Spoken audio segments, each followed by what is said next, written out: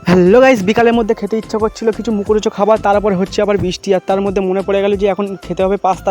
ভাবতে ভাবতে নিয়ে চলে এসেছি পাস্তা। আর দেখো এখানে নন্দিনীকে দিচ্ছি পাস্তাটা করে দিতে, আর দেখো নন্দিনী আর ডিম টিম সব দিয়ে দিচ্ছে, আর নন্দিনীকে বলছি তাড়াতাড়ি পাস্তাটা করে দাও, তাড়াতাড়ি করে দাও। বলতে বলতে কিছুক্ষণের মধ্যে রেডি হয়ে গেল আমাদের পাস্তা, আর তার সাথে এসছে সস। আর গাইস এখন বিকালের মধ্যে বৃষ্টি হচ্ছিল, তার মধ্যে কোনো শসা বা কোনো কিছু পাইনি, তো ওই জন্য জাস্ট সস আর পাস্তাটা দিয়ে আজকে কাজ চালাবো। তো দেখি আজকের কেমন হয়েছে খেতে। তো বসে গেছি দেখো, আর দেখো একটা থালায় করে নিয়ে বসে গেছি, আর দেখো এরাও এখানে খেতে বসে গেছে। এখানে ভাগযোগ চলছে, তার মধ্যে আমিও অনেকটা নিয়ে চলে এসেছি, কারণ ভিডিও করতে হবে গাইস। আর তোমাদেরকে কথা দিয়েছি যে প্রত্যেকদিন একটা করে খাওয়ার ভিডিও ডেলি আপলোড করব। আর দেখো এখানে সসটা আমি কেটে নিচ্ছি।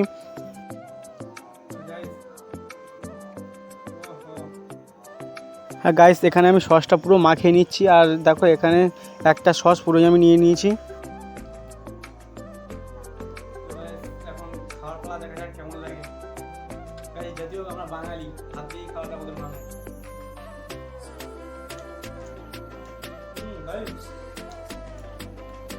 দারুণ হয়েছে।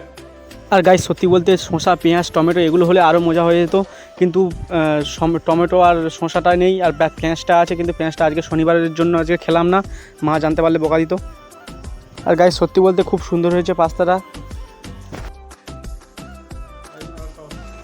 গাইস এখন আমি পাস্তাটা খাই, আর তোমরা এরকমই ভিডিও দেখতে চাইলে চ্যানেলটা সাবস্ক্রাইব করে নিও, আর যদি এই ভিডিওটা ভালো লেগে থাকে লাইক কমেন্ট শেয়ার করতে ভুলবে না। দেখা হচ্ছে নেক্সট কোনো খাবার নেওয়া ভিডিও, তো ততক্ষণ